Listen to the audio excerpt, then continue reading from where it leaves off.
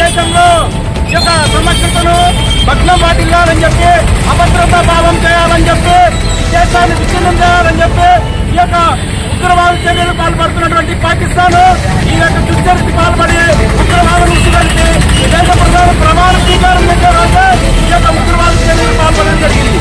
అయ్యా మరి ఈ దేశంలో మనం చూస్తున్నాం, ఒక జమ్మూ కాశ్మీర్ లో ఉన్నటువంటి ఒక అమ్మవారి దేవాలయానికి వెళ్లి భక్తులు తిరిగి వస్తున్న సందర్భంగా మరి ఆ యొక్క భక్తులు ఏ పాపం చేశారో వారు ఆ అమ్మవారిని దర్శించుకొని వారు తిరిగి వెళ్తున్న సందర్భంలో ఉగ్రవాదులు ఈ యొక్క ప్రేరణ చేసి వారందరూ కూడా గన్ను తీసుకొని అక్కడ అందరూ కూడా కాల్పని జరగడం జరిగింది.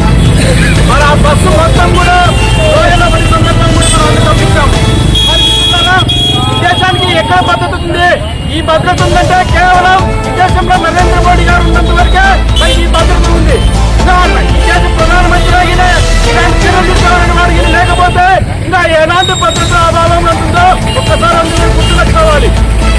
ఈ దేశ ప్రధాని మళ్ళీ ప్రధానమంత్రి కాకూడదు అని ఉద్దేశంతోనే ఈ యొక్క ఉగ్రవాదులందరూ కూడా పంజాబ్ ఇచ్చి ఈ యొక్క పాకిస్తాన్ ఏదైతే ఉందో ఈ పాకిస్తాన్ కూడా ఈ దేశానికి మొత్తం కూడా ప్రధానమంత్రి చేయకూడదు, ఈ దేశంలో ఈ యొక్క రాష్ట్ర ప్రభుత్వాన్ని ఏర్పాటు చేయకూడదని చెప్పి ఈ యొక్క ఉగ్రవాదులు ఏవైతే ఉన్నారో ఆ ఉగ్రవాదులు చేసి తిరిగి మంది చర్యకు